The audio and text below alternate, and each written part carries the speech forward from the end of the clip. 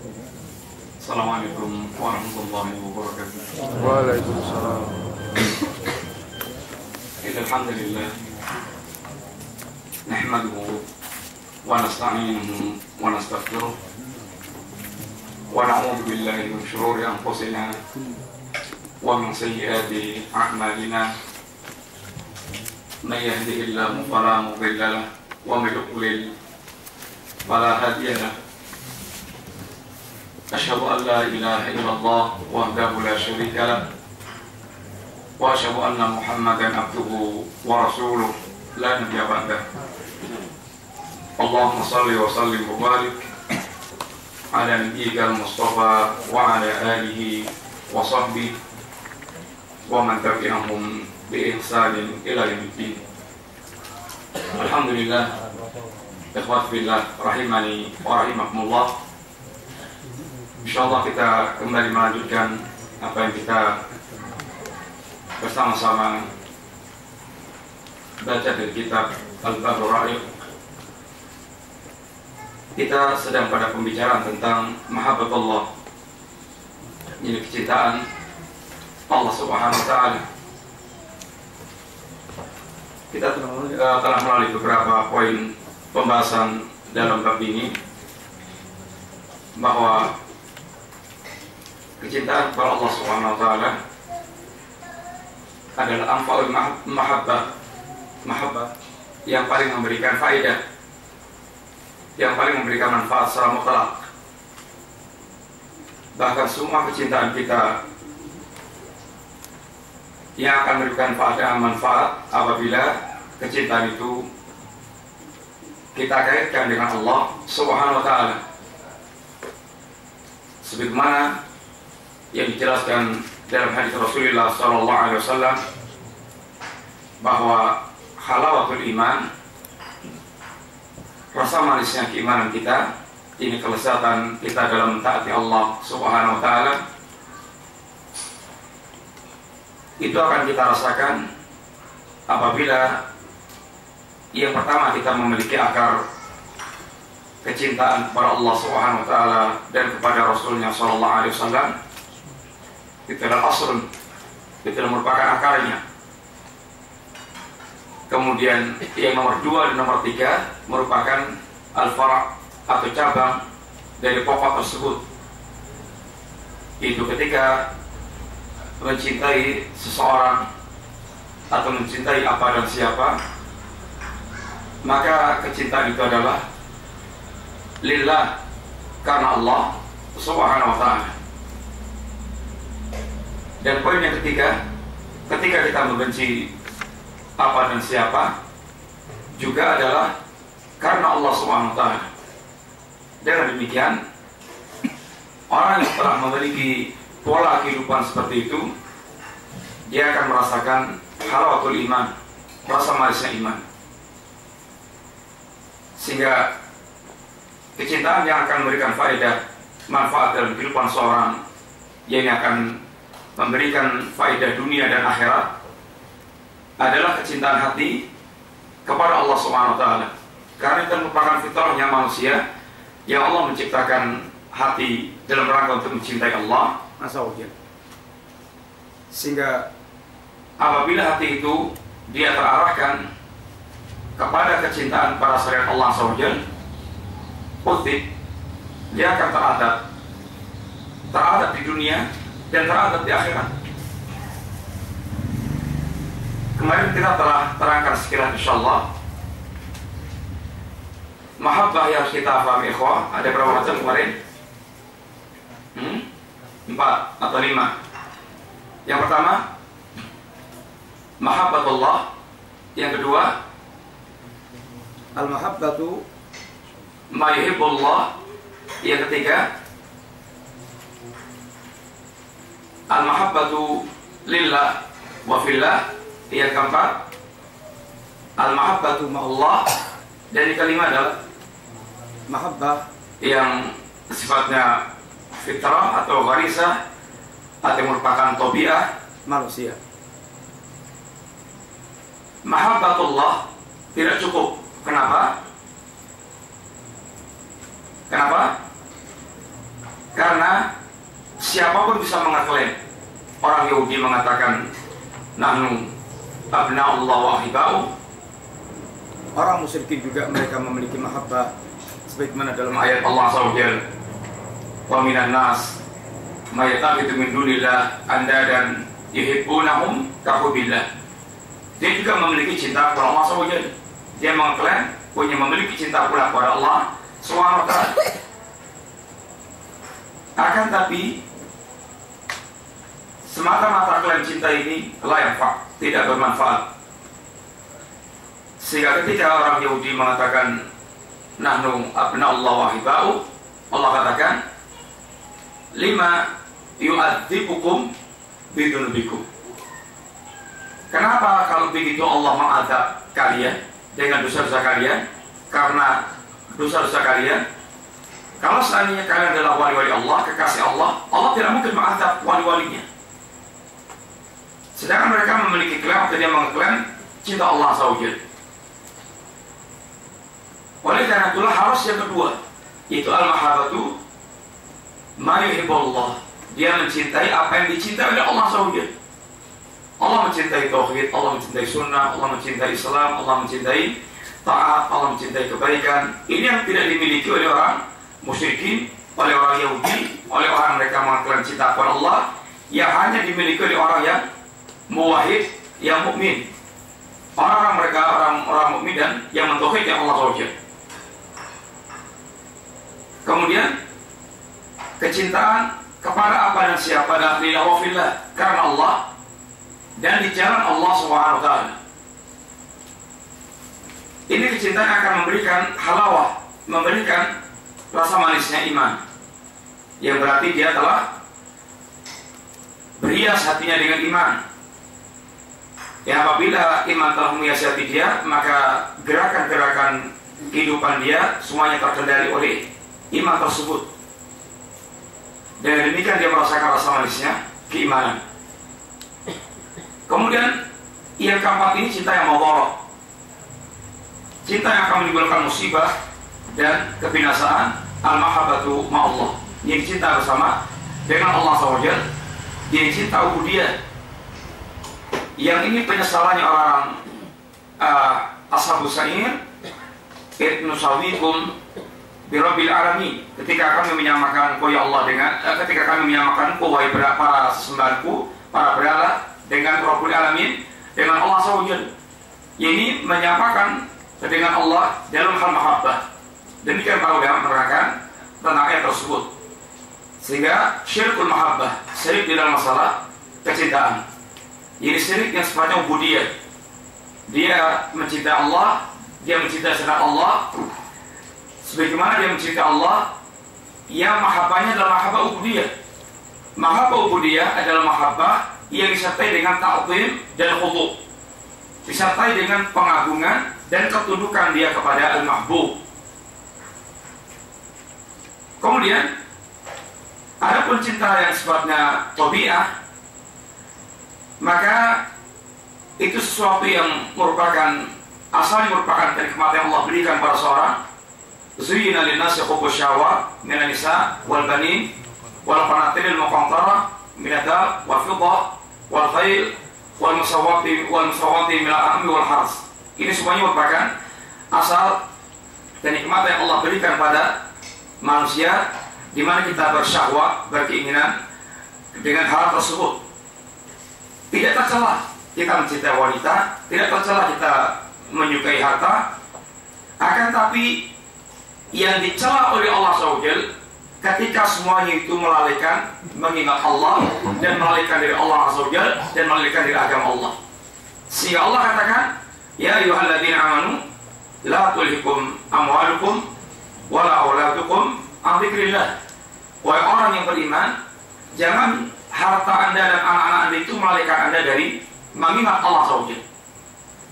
Silakan Anda menikmati harta Anda, silakan Anda menikmati bermain dengan anak-anak Anda curahkan kesenangan Anda dengan itu semuanya. Akan tapi jangan sampai itu semuanya menghalangi Anda mengingat Allah dan memalingkan Anda dari beribadah kepada Allah SWT. Kapan hati kita terarah kepada selain Allah, tertuju pada selain Allah, sehingga kita dikuasai kepada perkara tersebut, utik, orang akan tersiksa, orang akan teradab. Sekarang ikhwan, lihat, apa yang teradab itu? Dia akan merasakan sempitnya kehidupan. Sekarang ketika orang hatinya itu tercurahkan pada harta, satu misal bawahnya, hati dia lengkap dengan harta, tingkatnya telah sampai pada tingkat ini, dia menjadi budak-budaknya harta. Orang yang menjadi budaknya harta itu tidak akan pernah tenang hidupnya, tidak akan pernah tenang. Mana tenang dan mana ketentraman dia dapatkan? Setiap hari dia misalnya dikuyel-kuyel sama harta, habis waktu dan tenaga dia, habis waktu dan tenaga dia untuk mengumpulkan harta. Mana tenangnya hati dan mana ini lapangnya jiwa? Tidak ada. Lain dengan umpamanya minta maaf, Anda dikuyel-kuyel oleh Allah SWT, ibadah kepada Allah, hati tenang. Anda Masya Allah baca Quran, Anda sholat, Anda taat, Anda berbuat baik, Anda menjadi orang yang betul-betul menunjukkan abid, seorang hamba, hati akan tenang dan lapang. Lain dengan ubadu dunia, ketika dia menjadi budaknya dunia atau menjadi budaknya syahwat. Mana orang tenang dengan menjadi budaknya syahwat? Mana orang tenang menjadi budaknya hawa nafsu atau budaknya ini syahwat dia? Tidak ada. Dia akan teradab di dunia, teradab di barzakh, dan teradab di yaumul qiyamah. Tidak akan hati mengalami kebahagiaan yang hakiki kecuali hati yang diarahkan cintanya kepada Allah Subhanahu wa ta'ala. Kemarin kita telah sampai pada pembicaraan yang telah kita baca sampai pada ayat Allah Ta'ala. Di antaranya bagaimana kita tidak mencintai Allah, sedangkan semua kebaikan yang kita terima datangnya dari Allah SWT. Wa ma bikum min nikmatin faminallah. Apapun yang kita rasakan dari nikmat semuanya datang dari Allah SWT. Maka bagaimana kemudian hati tidak mencintai Allah SWT? Dan jalan mencintai Allah di antaranya pula dengan apa ikhwan? Dengan kita mengenal Al-Asmaul Husna. Maka pelajarilah nama-nama dan sifat-sifat Allah SWT yang akan mengantarkan kita mengenal Allah, sehingga kita tahu man Allah, siapa itu Allah SWT. Sehingga kita akan muncul rasa ta'zim kita, pengagungan kita, kemudian tawakal yang penuh, yang sempurna, roja yang sempurna, khauf yang sempurna, dan seterusnya. Sehingga Rasul mengatakan, ini la'alamukum billah. Saya adalah orang yang a'lam, yang paling mengetahui di antara kalian tentang Allah SWT. Wa asyaddu lahu khasyah.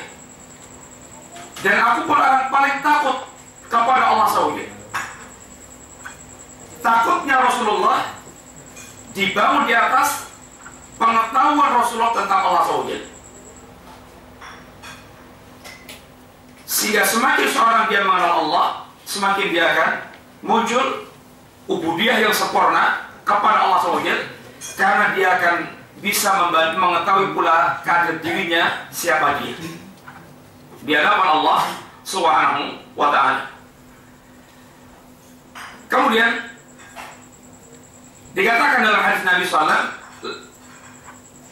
ketika Umar mengatakan kepada Rasulullah, waladi nafsi biyadih la yu'minu ahada. Ketika Umar mengatakan pada Nabi sallallahu, ya Rasulullah, la anta ahabbu ilaika, la anta ahabbu ilayya min kulli syai' ila nafsi. Ya Rasulullah, Anda orang yang aku cintai di atas segala sesuatu kecuali diriku. Ya Rasulullah, Anda adalah orang yang betul aku cintai di atas segala sesuatu kecuali diriku. Apa kata Nabi? La, tidak ya Umar. Hatta akuna ahabbu ilaika min nafsi. Sampai diriku Anda cintai melebihi diri Anda. Ini kecintaan iman. Ini mencintai Rasulullah SAW di atas kecintaan pada segala sesuatu sampai toh diri kita. Yang Allah mengatakan an-nabiyyu awla bil mu'minin min anfusihim.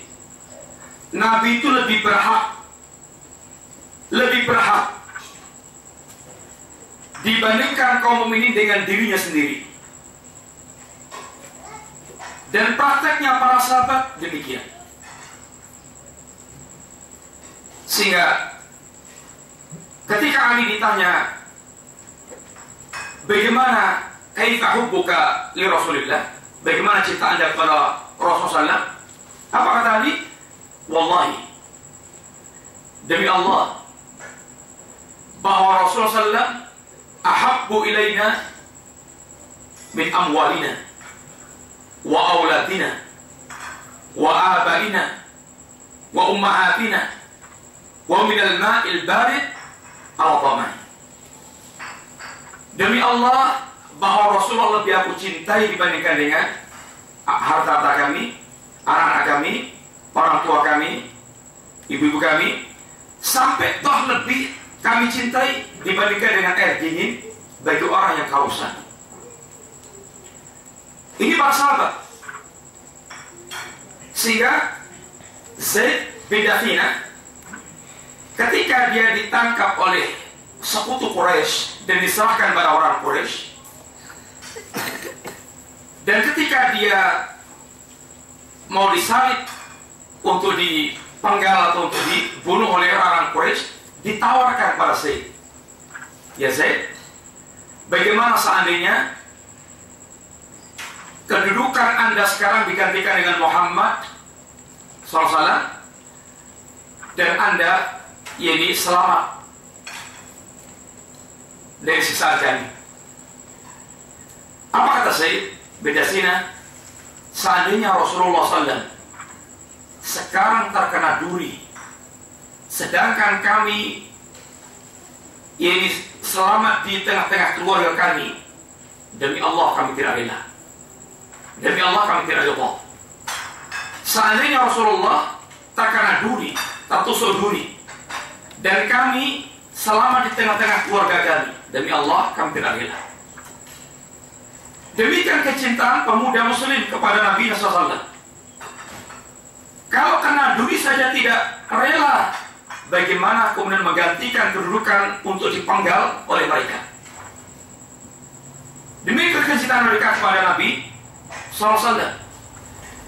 Maka kata beliau di sini, wa idza kana an-nabiyyu sallallahu alaihi wasallam aula bina min anfusina fil mahabbah wa lazimiha afali sarra aula bimahabbati wa ibadati min anfusihim. Kalau seandainya Rasulullah SAW itu lebih berhak mendapatkan kecintaan dibandingkan kepada diri kita sendiri, bukankah Allah SWT Rabbnya Rasulullah dan Rabbnya kita semuanya itu lebih berhak lagi untuk mendapatkan kecintaan dibandingkan kecintaan kita kepada Rasulullah SAW? Kenapa Allah SWT lebih mendapatkan atau lebih berhak mendapatkan kecintaan, sedangkan kecintaan kita kepada Nabi di atas segala-galanya? Karena wa kullu ma minhu ila abdihi yad'uhu ila mahabbatihi.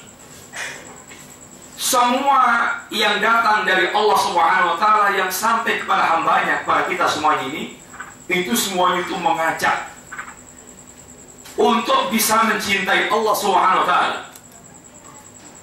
Kalau kita mau merenungkan satu persatu, maka sungguhnya semua yang Allah datangkan pada kita itu semuanya adalah mengarahkan kita untuk mencintai Allah SWT, menyuruh kita untuk mencintai Allah SWT.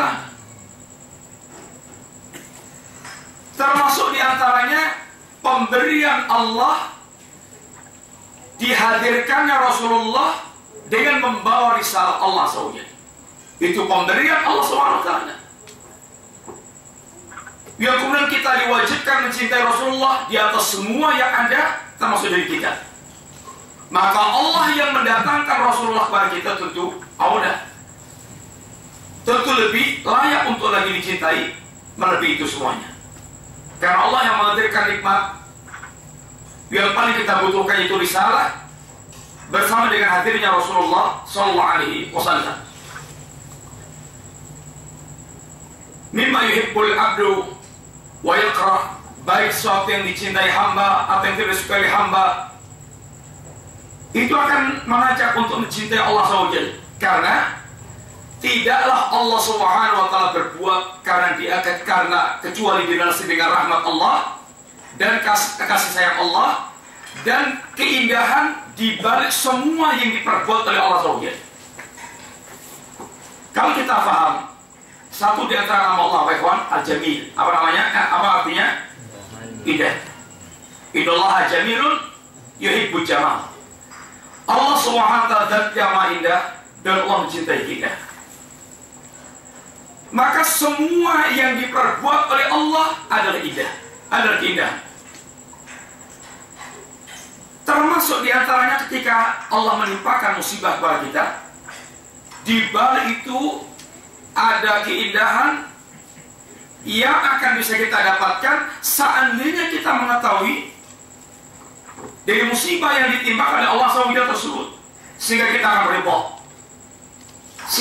ridha, sebagaimana ridhanya Nabiullah Ayyub ketika ditimpakan musibah oleh Allah SWT, karena mengetahui siapa yang menimpakan musibah tersebut. Itu Allah yang jamil, Allah yang zat yang maha indah, yang tidak menginginkan kesengsaraan dan keburukan para hambanya,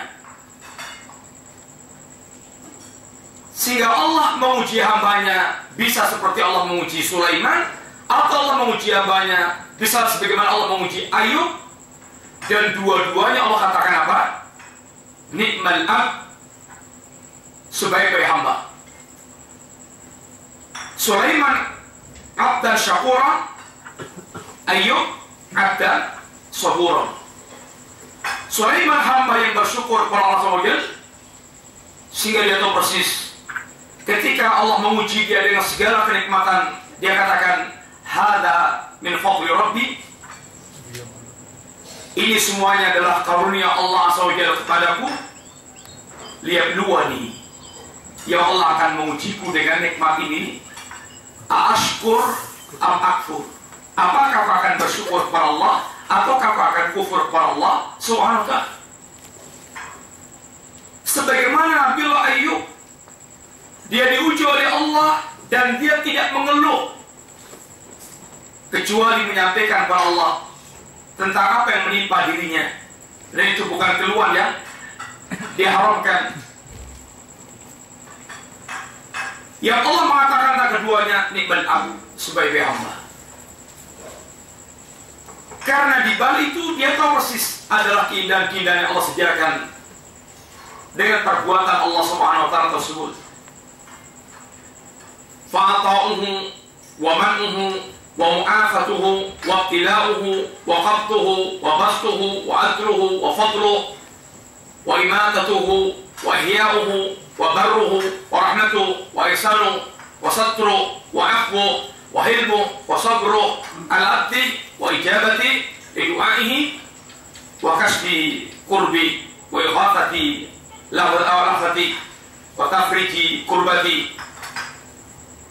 Semua yang Allah Subhanahu wa ta'ala timpakan pada hamba, semuanya mengajak kepada kecintaan kepada Allah SWT, baik dalam bentuk pemberian Allah, atau Allah menahan pemberiannya, atau pemaafan Allah, atau ibtila ujian Allah, atau Allah ini merenggut nyawanya, atau apa yang Allah pegang, ini Allah tahan, atau yang Allah berikan, atau keadilan Allah, atau keutamaan Allah, atau kematian yang Allah timpakan, atau kehidupan Allah berikan, kebaikan Allah, rahmat Allah, ihsannya Allah, kemudian penutupan Allah, satarnya Allah, pemaafan Allah, hilangnya Allah SWT, sabarnya Allah SWT, kesabarannya.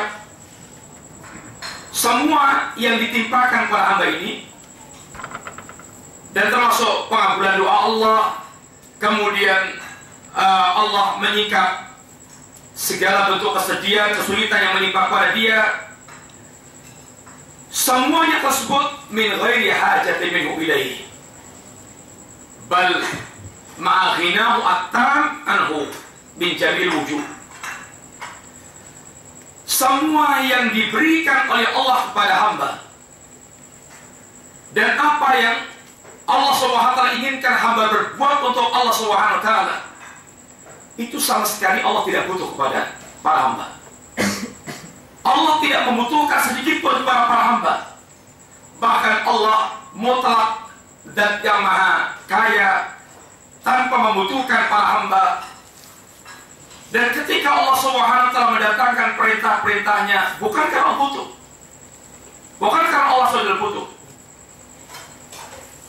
sehingga Allah SWT membantah atau memberikan ketegasan ketika Allah mengatakan wa ma khalaqtul jinna wal insa illa liya'budun. Aku tidak ciptakan jin dan manusia kecuali agar mereka beribadah kepadaku, ini mentauhid ibadah mereka untukku. Demikian beberapa mengatakan liwahuduni. Mungkin bayangan orang dengan maklumat Allah ini, oh Allah berarti butuh penghambaan hamba, berarti Allah butuh ibadahnya hamba. Allah katakan ma uridu min rizkin wa ma uridu ayutimun. Allah tidak membutuhkan rezeki dan Allah tidak membutuhkan sajian makanan dari mereka. Sama sekali Allah tidak membutuhkannya. Sehingga Nabiullah Musa ketika berkata kepada Bani Israel, apa katanya? In takfuru antum wa man fil ardi jami'an. Seandainya kalian dari Bani Israel, bahkan seandainya pula semua manusia di muka bumi kafir, innallaha waliyyun hamid. Allah tetap dan zat yang maha kaya lagi mata puji. Allah tidak menjadi miskin dengan Anda tidak beribadah kepada Allah, dengan Anda kafir kepada Allah. Allah tidak menjadi terhina dengan Anda kafir kepada Allah. Allah tetap maha kaya dan tetap maha terpuji. Lain dengan manusia. Coba kalau sekarang Pak Presiden kita ini semua pendukungnya mencabut dukungannya, langsung ambil, langsung ambil. Karena tegaknya dan tidaknya itu tergantung dukungan Allah SWT. Allah SWT tidak seperti itu. Ya ibadi, law anna awwalakum wa akhirakum wa insakum wa jinnakum ala aqqa qalbi rajulin wahidin minkum ma zada bidzalika mulka syai'an. Wahai hambaku, seandainya kalian dari manusia dan jin, dari paling awal sampai paling akhir, dan kita tidak tahu berapa triliun jumlahnya, semuanya di puncak ketakwaan kepada Allah SWT. Bukan takwa biasa, bukan taat biasa, tapi di puncak ketakwaan mereka kepada Allah SWT. Masih ada kita kemanusiaan, sama sekali tidak akan bertambah sedikit pun. Ini kerajaan Allah SWT. Sebaliknya kata Allah, ya ibadi law anna awalakum wa akhirakum wa insakum wa jinakum ala abjari qalbi rajulin wahidin minkum ma naqasa bidzalika mulka syai'an. Seandainya manusia dan jin dari yang paling awal sampai yang paling akhir mereka di puncak kekafirannya kepada Allah SWT, tidak akan berkurang sedikit pun kerajaan Allah SWT. Allah tidak butuh kepada manusia. Lalu kenapa kita diperintah Allah beribadah? Semua masalahnya kembali kepada kita. Semua masalahnya kembali kepada kita. Wallahi, manusia tidak akan pernah dia bahagia hakiki dunia, lebih-lebih akhirat, kecuali dengan dia menghamba kepada Allah SWT. Kecuali dengan dia menghamba kepada Allah SWT. Semakin Anda berkurang rasa penghambaannya kepada Allah, semakin Anda gampang dihinggapi gelisah, kegalauan, kesedihan, dan seterusnya. Kesempitan hidup. Sehingga tidak ada orang lebih lapang hidupnya seperti Rasulullah SAW. Orang yang paling mengenal Allah dan paling mentauhidkan Allah, dan orang yang paling sempurna ubudiyahnya kepada Allah SWT. Ketika manusia seperti itu, dia paling lapang darinya, paling tenang hidupnya. Semakin berkurang kadar penghambaan seorang hamba kepada Allah, semakin dia akan gampang dihinggapi dengan kesedihan, kegalauan, kesempitan, Karena dia berkurang rasa bergantungnya kepada Allah Subhanahu wa ta'ala, apalagi bergantung kepada dirinya sendiri. Baik tidak. Seperti dia bergantung dengan sarang laba-laba yang tidak ada kekuatannya sama sekali. Maka kata Nabi, ya hayyu ya qayyum bi rahmatika astaghith as'ini sya'ni kulli. Terus bagaimana, kawan? Wala takilni ila nafsi tarfata'in. Ya Allah, jangan engkau serahkan diriku kepada diriku sendiri walaupun hanya sekejap mata. Karena kita tidak bisa lepas dari Allah Subhanahu wa ta'ala walaupun sekejap mata. Kita mutlak butuh Allah SWT. Maka bagaimana manusia sombong kepada Allah SWT? Kalau pun dia di tangan Allah, semuanya dalam genggaman Allah SWT. Maka kata Allah, seandainya aku timpakan azab setiap kesalahan manusia, enggak tersisa. Makhluk di muka bumi enggak tersisa. Enggak tersisa. Umpamanya Anda maksiat atau ditimpakan azab. Apa itu maksiat, kawan? Apa itu maksiat? Maksiat itu apa maksiat itu? Hah? Maksiat itu bisa wujudnya tarkul ma'murat, bisa wujudnya fi'lul mahdurat. Bisa wujudnya Anda meninggalkan perintah, bisa wujudnya Anda melakukan larangan. Itu maksiat semuanya. Bukan hanya berzina maksiat itu. Baik Anda meninggalkan perintah juga berarti maksiat, Anda terjatuh dalam larangan perintah juga maksiat. Kalau seandainya setiap maksiat itu kemudian diazab oleh Allah SWT, enggak tersisa di muka bumi makhluk. Ini antara sifat halimnya Allah SWT. Halim. Apa itu halim, kawan? Penyantun. Apa itu penyantun? Allah suka menunda azab untuk ditimpakan kepada hambanya. Dia melakukan kesalahan dengan harapan mudah-mudahan hamba itu bertaubat kepada Allah Subhanahu wa ta'ala. Allah ulur waktunya, Allah tunda. Allah berikan kesempatan bertaubat dan Allah tidak segera mengadab. Bahkan ketika Allah mengadab pun Allah sangat ingin hamba itu nanti kembali kepada Allah sehingga hanya melimpahkan sebagian hasil perbuatan yang mereka lakukan. Tafatidillah rahimahnya wa rahimahullah.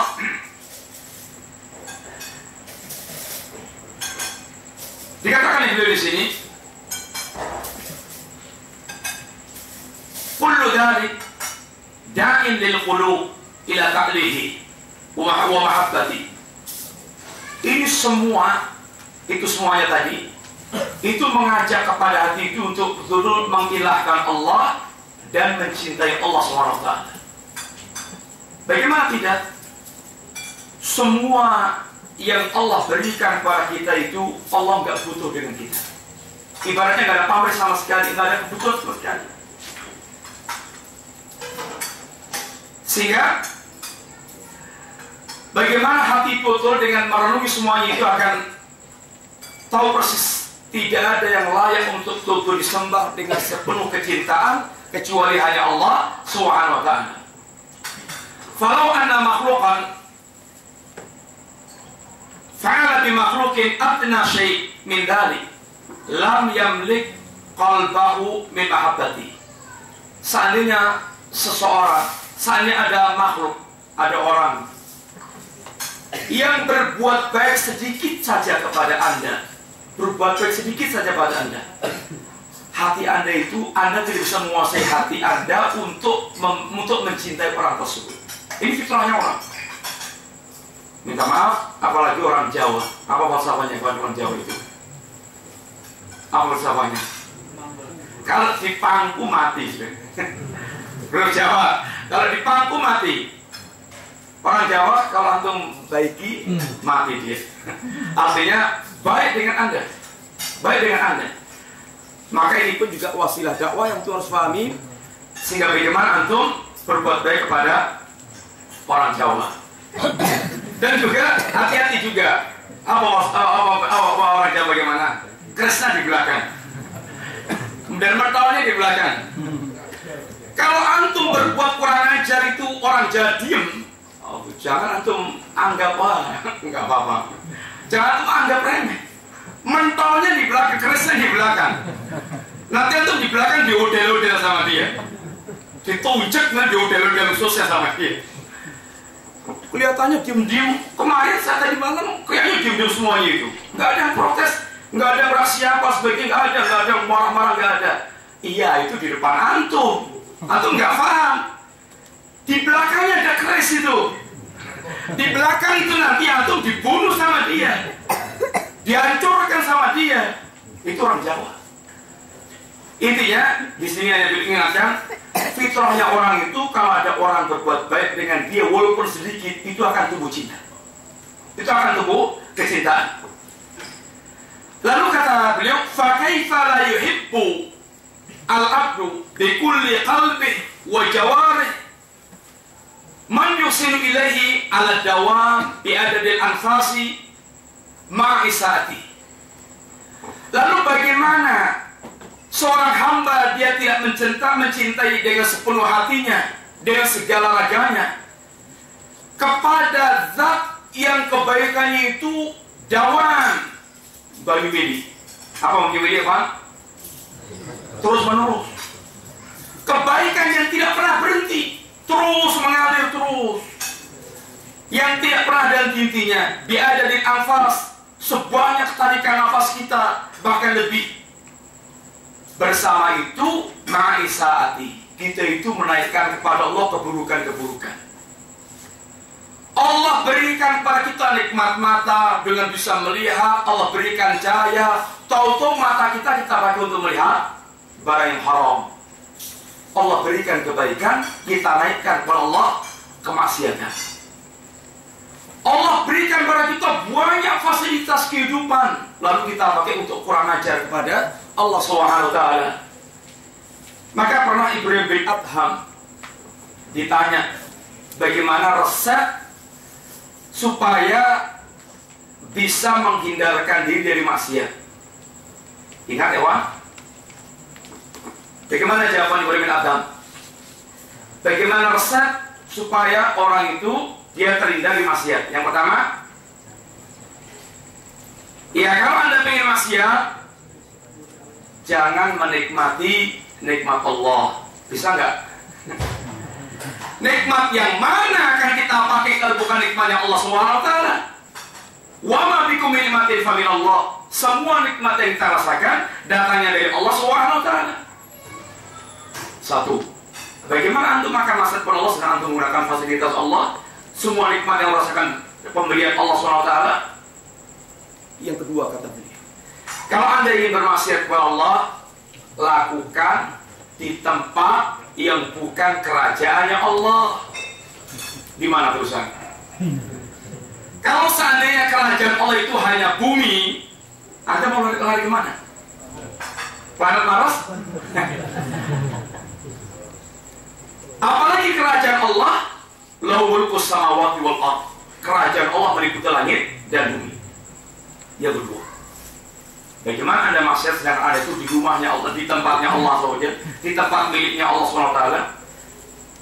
Yang ketiga, kalau Anda ingin bermaksiat, cari tempat yang Allah tidak melihat.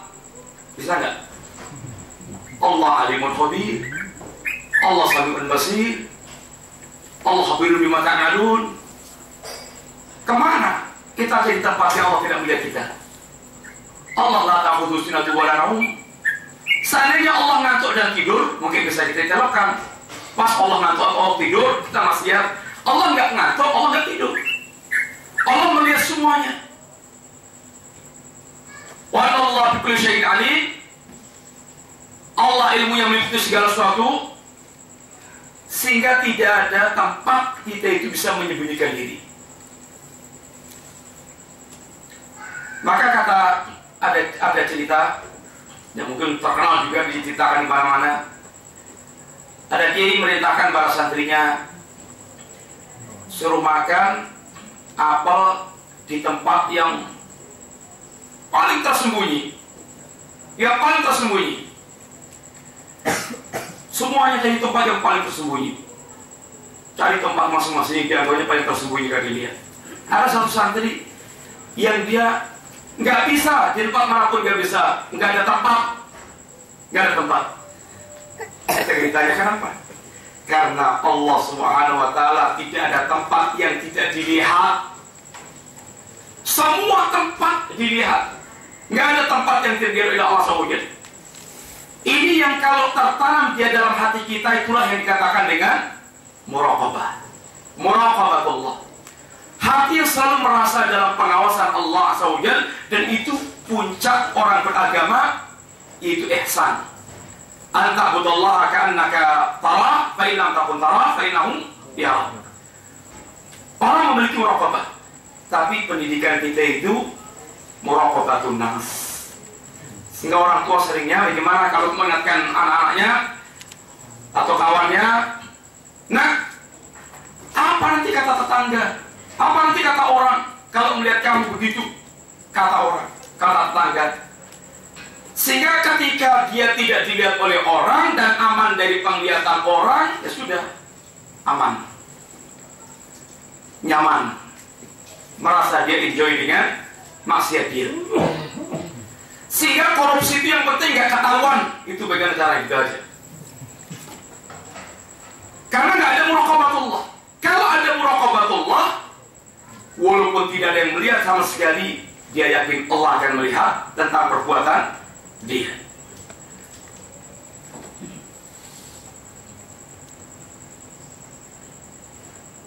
Fakhairuhu ilaihi nasil wa syarru ilaihi sa'id.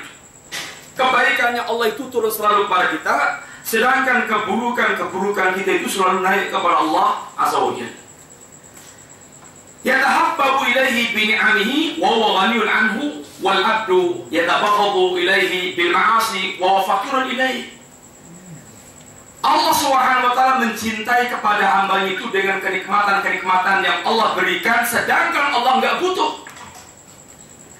Allah tidak butuh kepada hamba, dan Allah mencintai hamba dengan kenikmatan-kenikmatan yang Allah berikan kepada hamba, sedangkan kita ini yang kita naikkan kemaksiatan-kemaksiatan, padahal kita ini fakir ilaih, kita ini butuh mutlak kepada Allah Subhanahu wa Ta'ala. Alangkah sangat luar biasanya Allah Subhanahu wa Ta'ala kepada para hambanya, sehingga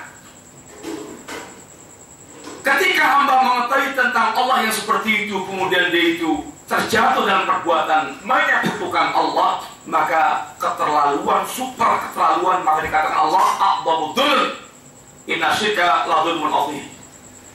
Kesyirikan itu adalah kezaliman yang paling besar. Ketika dia paham tentang Allah Subhanahu wa Ta'ala dengan segala kesempurnaannya dan yang tidak ada tandingnya bagi Allah Subhanahu wa Ta'ala. Ikhwati fillah rahimani wa rahimakumullah.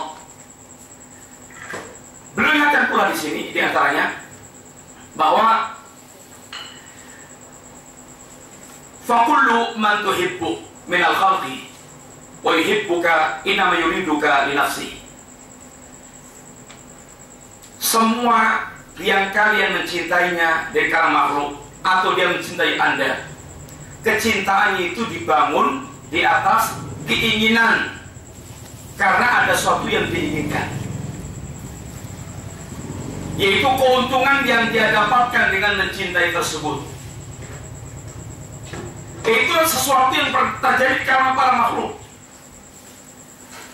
sehingga hampir tidak ada orang yang mau beramal dengan kita kecuali karena ada keuntungan yang didapatkan. Itu begitu manusia. Maka begitu dia beramal lalu dia mendapatkan kerugian, lalu dia menjauh, dia putus, dia menjauh.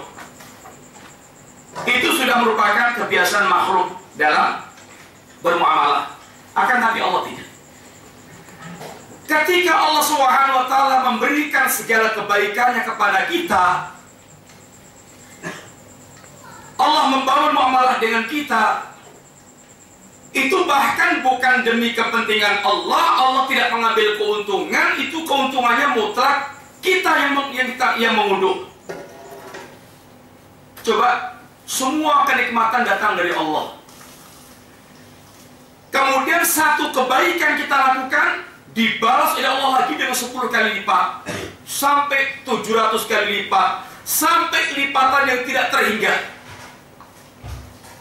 Bersama itu Allah gak butuh dengan kita. Dan kebaikan-kebaikan yang kita lakukan tadi pun itu datangnya dari Allah. Sekarang begini, uang yang kita dapatkan itu dari Allah SWT. Ya, berarti kebaikan Allah kepada kita.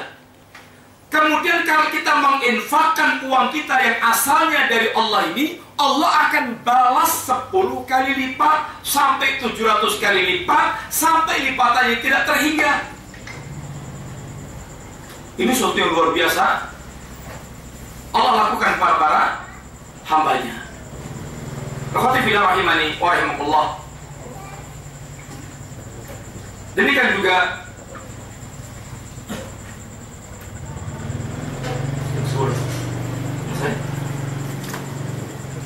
kita cepat sekian dulu ikhwan, 9:10. Mudah-mudahan manfaat. Kita mikir insyaallah bukan datang ke sini lah. Wassalamualaikum warahmatullahi wabarakatuh. Assalamualaikum warahmatullahi wabarakatuh.